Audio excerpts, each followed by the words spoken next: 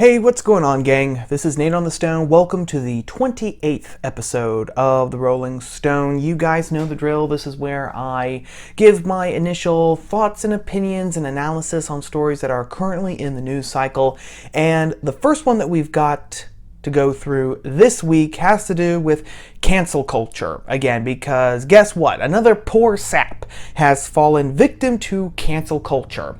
And the victim this time was the actress Gina Rodriguez, who honestly I've never really watched in anything. I know that she starred in that show Jane the Virgin, which is something that I never seen. She was also the voice, or she is the voice, of Carmen Sandiego in Netflix's reimagining of that character, of which, yeah, I will admit it here, I did watch the first episode because I saw it pop up on my Netflix suggestions over in the spring. And I was like, Carmen Sandiego, they're redoing this? What's this about? And then after the first episode, I was like, oh, this is what that's about. Okay, not interested.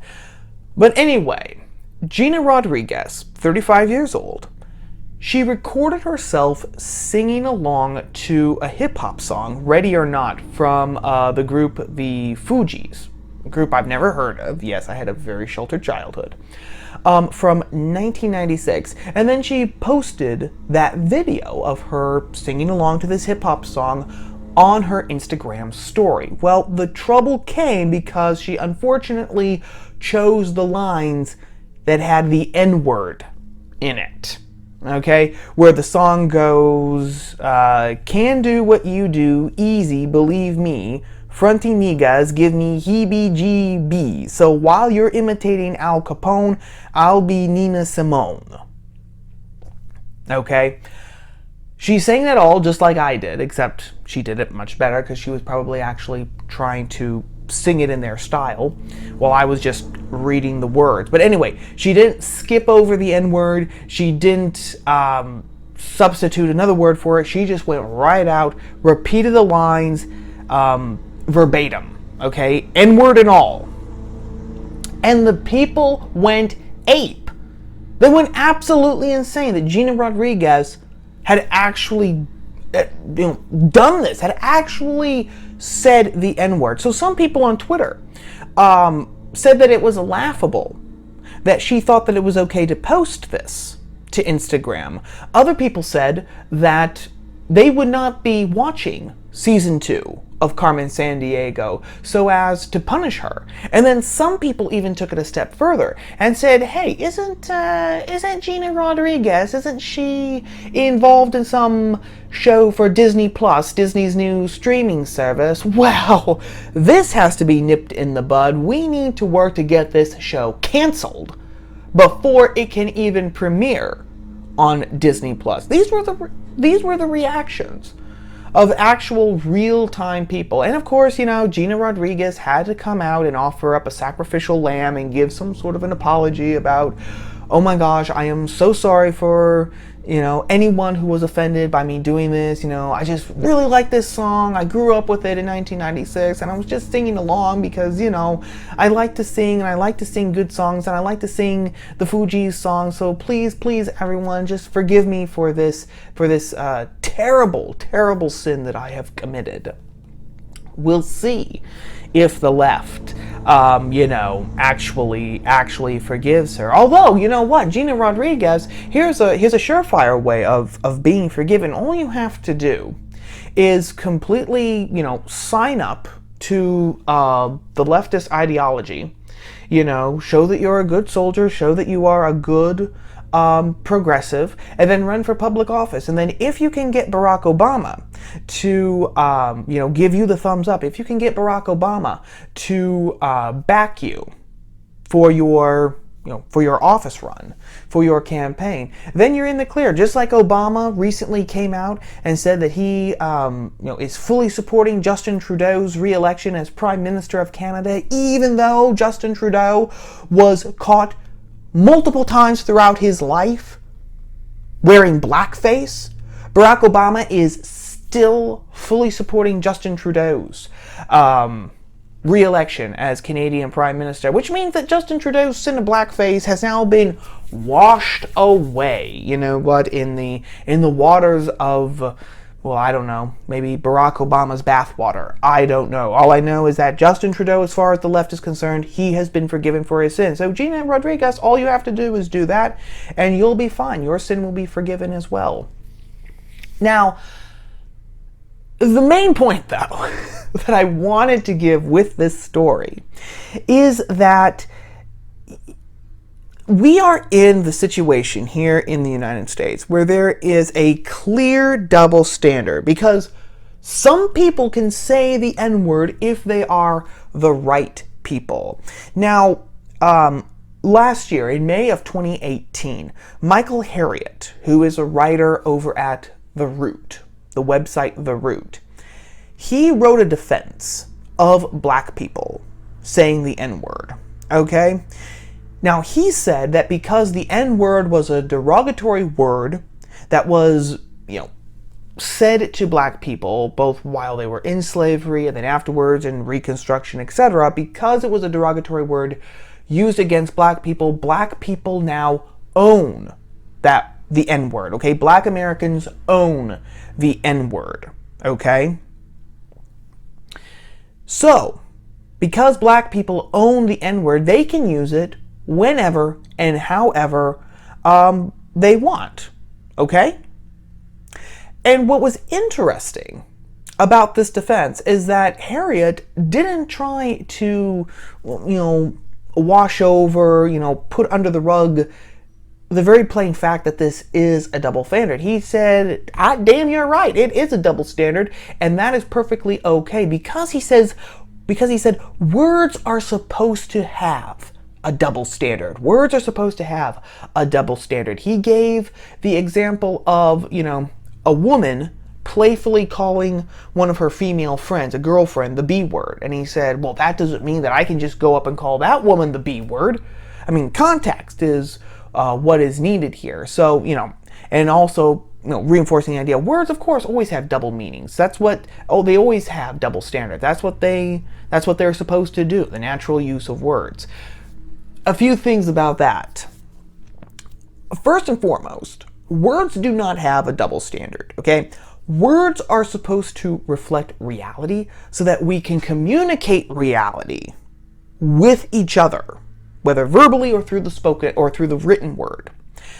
Double standards come in when people try to impose double standards on words so they can weasel in what they want, okay? Double standards are not naturally in words themselves, unless, of course, language is simply an avenue to power, and it is not an avenue to truth. If language is not, as Martin Heidegger said, the house of being, okay? Harriet also makes the assumption that just because someone says it's okay to call them something, that makes it okay. Not necessarily, okay? Calling someone the B word is a pretty clear insult, even if that other person says, oh, no, that's totally all right. Someone saying that it's totally all right doesn't make it totally all right, okay? Someone who is, I'll give a modern example, someone who is transabled, someone who feels like they should be disabled, and if they walk up to someone and says, hey, I'm transabled, you have my permission to pour bleach into my eyes because I think I should have been born blind. Does that automatically make it all right to pour bleach into someone's perfectly good, perfectly functioning eyes? I think not. So, those distinctions that Michael Harriot tries to make, they don't pass the test. Now, the most important thing, though, about this whole situation and about this recent story about Gina Rodriguez is that it creates a double-tier system, okay? That double standard creates a double-tiered system in our society. It basically, creates an animal farm in 21st century America where everyone's equal, but some people are more equal than others, right? Everyone is equal, which should mean that every word that, is said in public, if a word is still part of the culture, everyone should have equal and fair access to it. But no. No, only if you are the right kind of person. In other words, only if your skin color is the right hue. Only then do you have the right and the privilege to use the N-word. Okay? Meaning that some people are more equal than others because some people can use language that is cut off, that is not allowed to the rest of society. And I've said this before, so forgive me if I'm repeating myself here, but in a day and an age, in a time when so many people on the left are running up and down the streets of the United States, calling themselves the defenders and the protectors and the preservers of democracy, it is very, very revealing and very eye-opening to see how these same people, or people within those people's groups, how they turn around and defend this animal farm two-tier system of some people are more equal than others. Because you can't have that in a democracy. You cannot have, logically speaking, you cannot have a democracy where some people are more equal to other people simply based on their skin color. It doesn't work like that. And then if I could say one more thing about this. This whole idea that Black Americans can use the N-word, but white Americans can't because of the legacy of slavery again, that's bogus. And that's baloney and bull. What this is about revenge. Okay? This is about revenge. Because what are we told today, right? Black Americans can use the word if they want, because they own the word now, and because they have to have some sort of a defense against still being second-class citizens. Because again, according to intersectional thinking, if you're a minority, you still don't have power. You're still oppressed by the white, male, cisgendered, straight, patriarchal system.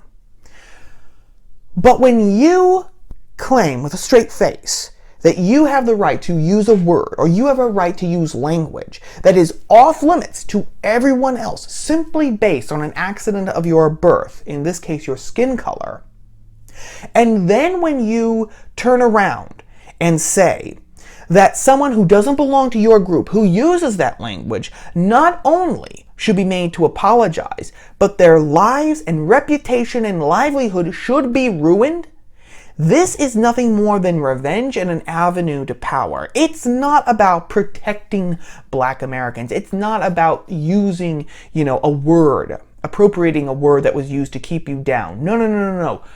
This is about power, because now you are using that word to keep other people down. You're sending a mixed signal here when you use it in your music and in your art and just in your everyday speech. You are giving the implication that it's perfectly okay. It's perfectly okay to use that word, right? And then you turn around, when someone uses that word, you turn around and you say, oh my God, no, you can't use that word. This person needs to be canceled.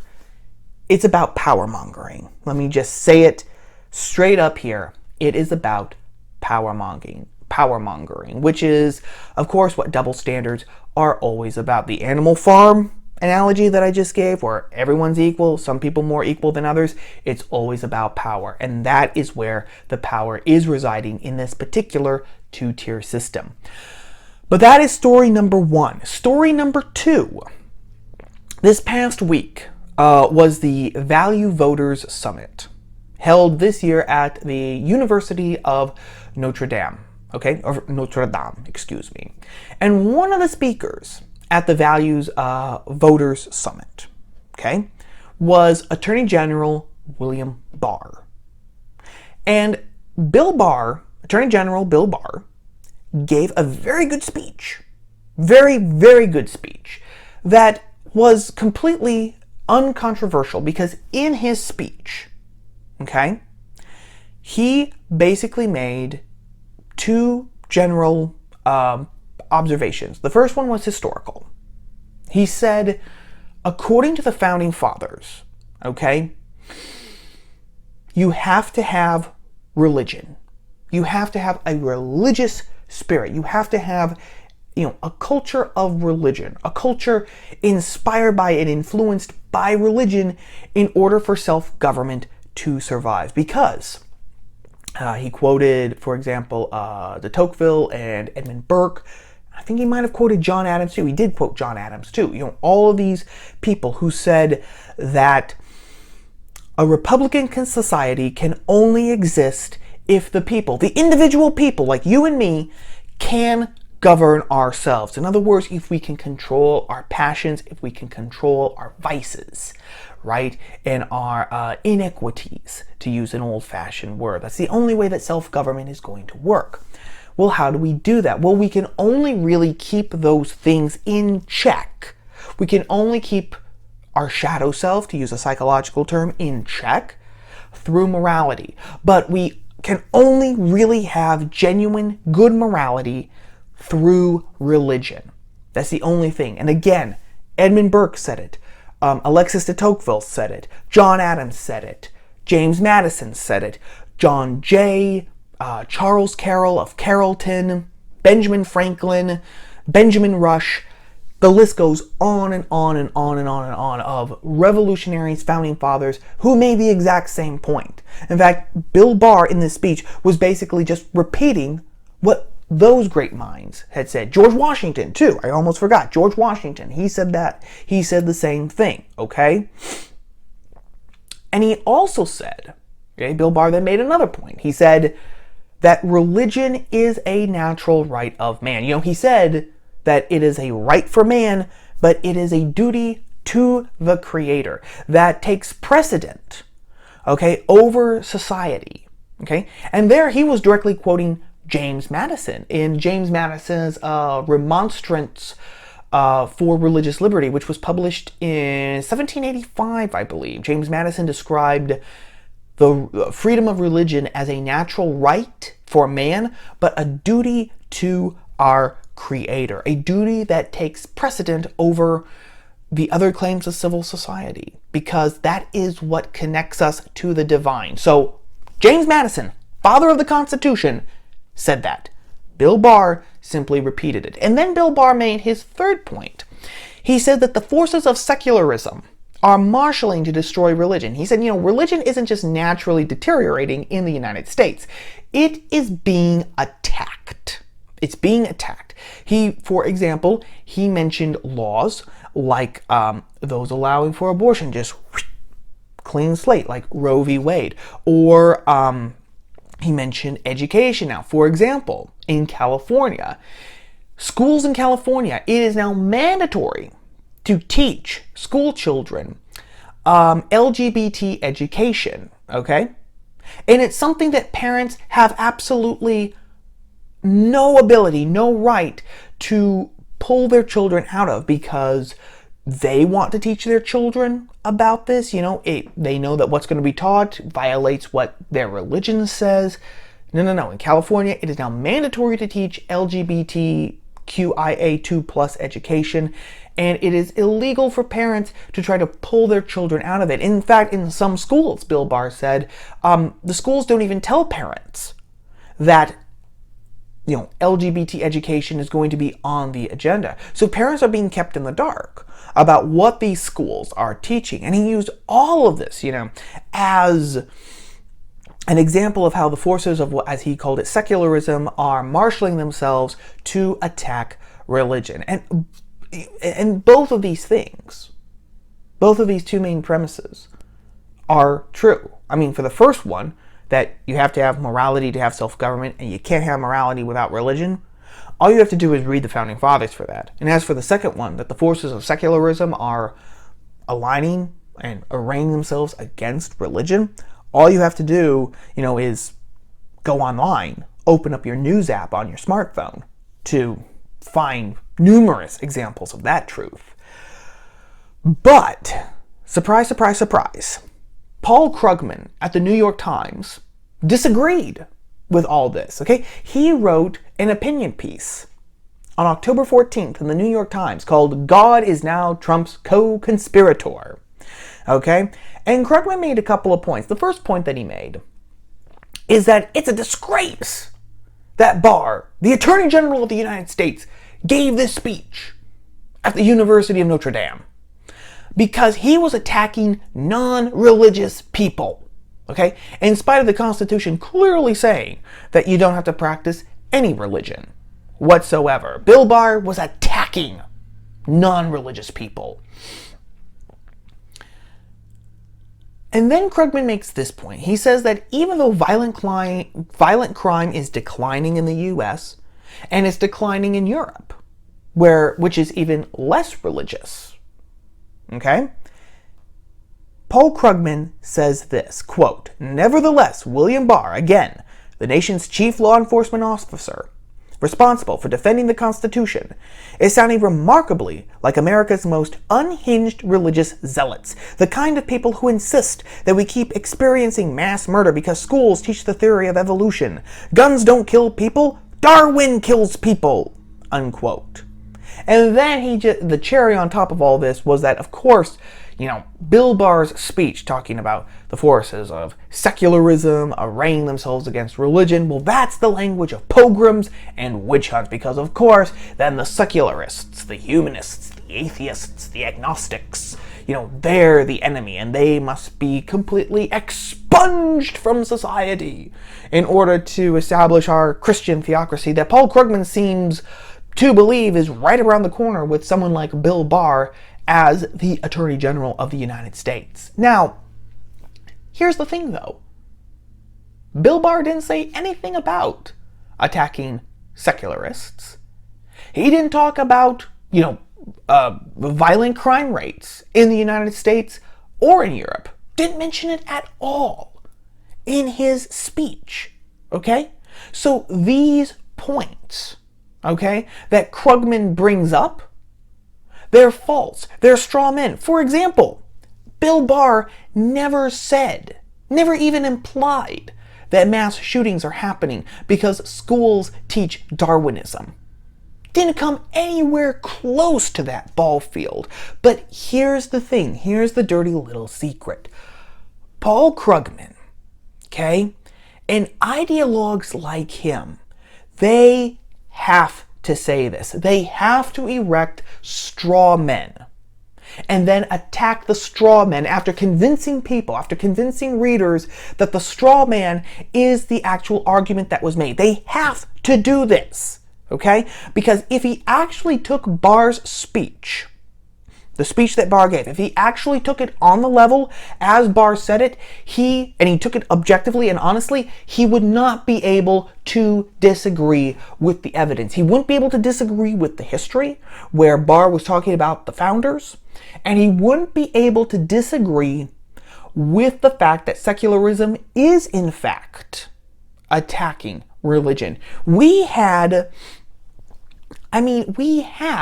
a pure example of this just 2 weeks ago, honestly, at the CNN LGBTQ town hall for all the Democratic presidential candidates.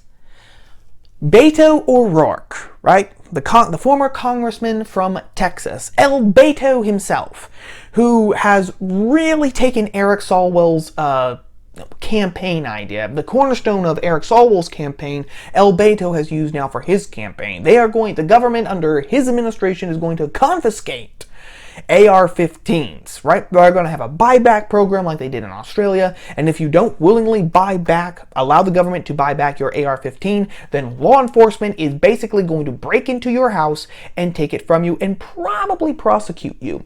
At this LGBTQIA2+ town hall that CNN had, Beto O'Rourke, El Beto, said that churches, and then he later expanded it to synagogues and mosques, basically any religious institution, any religious denomination that does not affirm and celebrate gay marriage will have their tax exemption status revoked under his administration. In other words, okay, if you're a church but you believe that marriage is, naturally and divinely ordained to be between a man and a woman because of the sexual complementarity that is, just screams out from our bodies, then that means the state is going to punish you.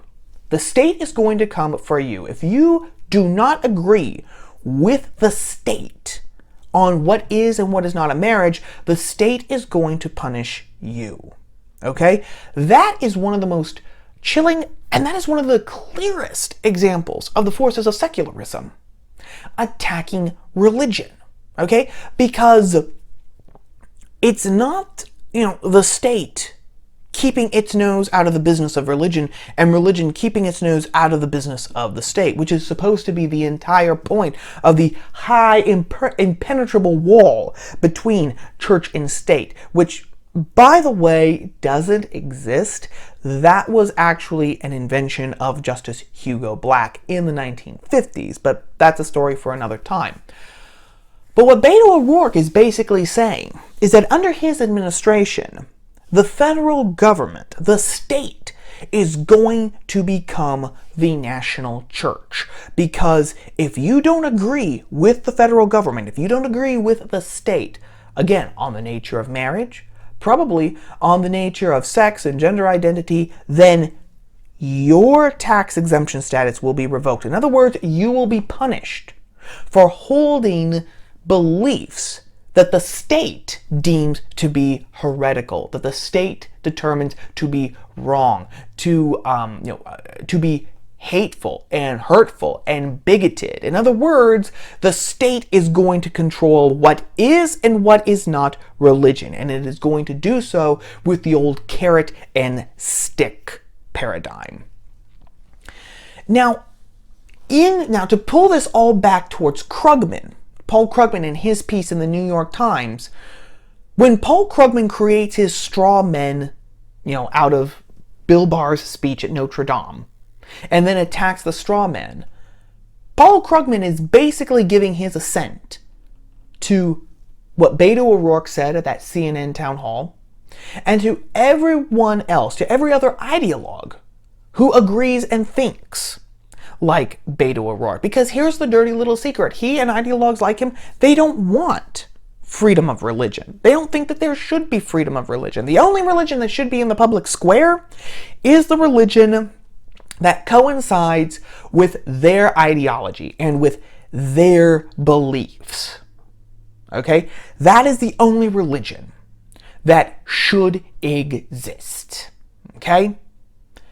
Paul Krugman, ideologues like him, they firmly believe this. Because if they didn't, there would not be. Okay? Because if they didn't believe this, Beto O'Rourke wouldn't have been able to say publicly that the state would be able to punish churches which didn't toe the line. Okay? Or if he did, his candidacy would have plummeted the very next morning, because people would have been outraged. People would have demanded that he drop out of the race. People would have said, look, I don't agree with churches or mosques or synagogues that say that marriage is only between a man and a woman. But the federal government punishing those churches for just believing that is about 5, 8, 10 steps too far, Beto. Sayonara. So the fact, again, that Krugman has to attack a straw man speech, okay, a speech that doesn't exist, but just a straw man of the speech that William Barr gave, where he said that the forces of secularism are arraying themselves to attack religion. Krugman is giving his assent, implicitly, to Beto O'Rourke's philosophy. The state is the church.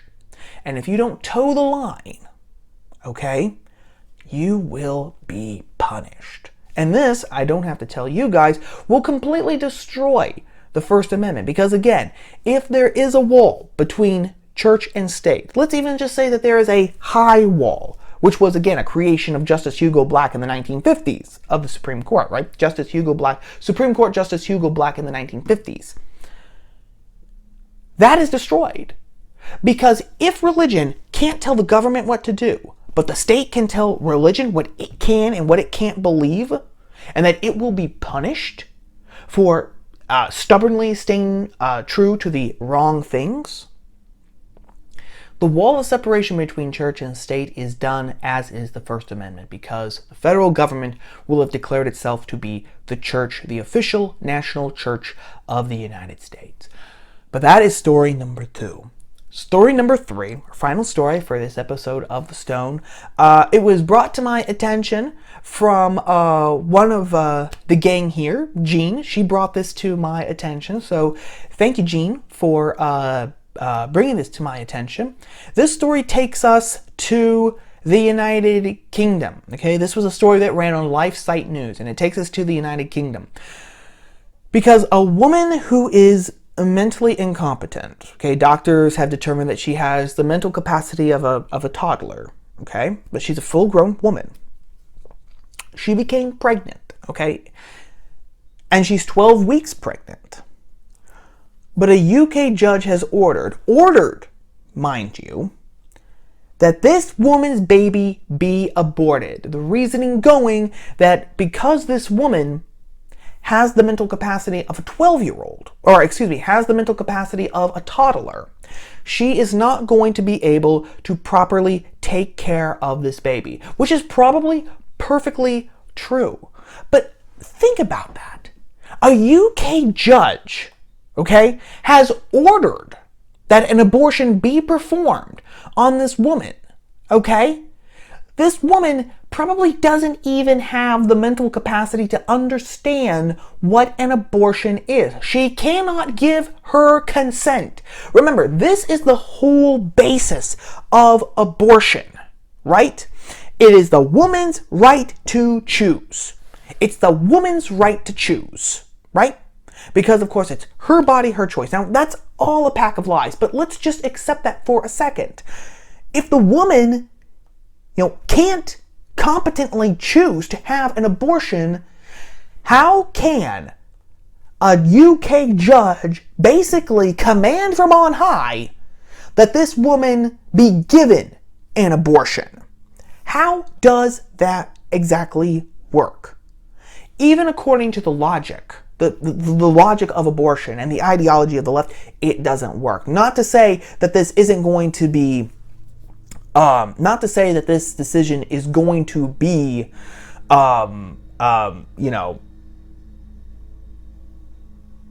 defied by the left. Not to say that the left is going to rise up against this decision, okay? Because they're not.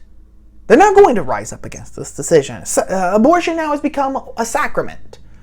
For the for the ideologues on the left. Abortion has become a sacrament. They're not going to make one peep about this. Okay? They're not going to say how it contradicts their own logic. Because, of course, that might imply that not all abortions are good. It might imply that not all abortions are good. Okay? And we have to protect that. We have to protect that in and of itself. And this is particularly chilling in England, in the UK, because just a few months ago, during the summertime, there was another woman who was, who suffered from, who was not mentally all there, who suffered from mental defects, we should say, okay? She became pregnant, okay? She got pregnant. And when she was 22 weeks old, another UK judge, not the same UK judge, but a different UK judge, also said that the state was going to force this woman to have an abortion. Even though this woman was it sounds like she was a bit more mentally aware of what was going on, and she had said, no, I don't want an abortion. I don't want you to kill my baby. I want my baby to live. And this woman's mom, so the unborn baby's grandmother, had actually said, look, I'm going to take care of the baby.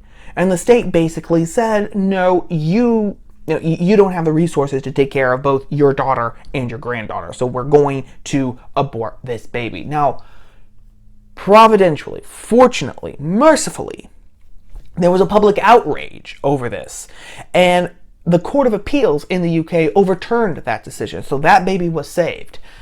As of this point, as of this recording, I do not know what the general reaction has been in the UK over this case. I do not know if this new baby, this 12-week-old baby, is going to survive. But I wanted to bring up this story, not just so that you gang are all aware of what's happening, but to say, that this is what a death culture looks like. This is what happens when the state is granted godlike powers.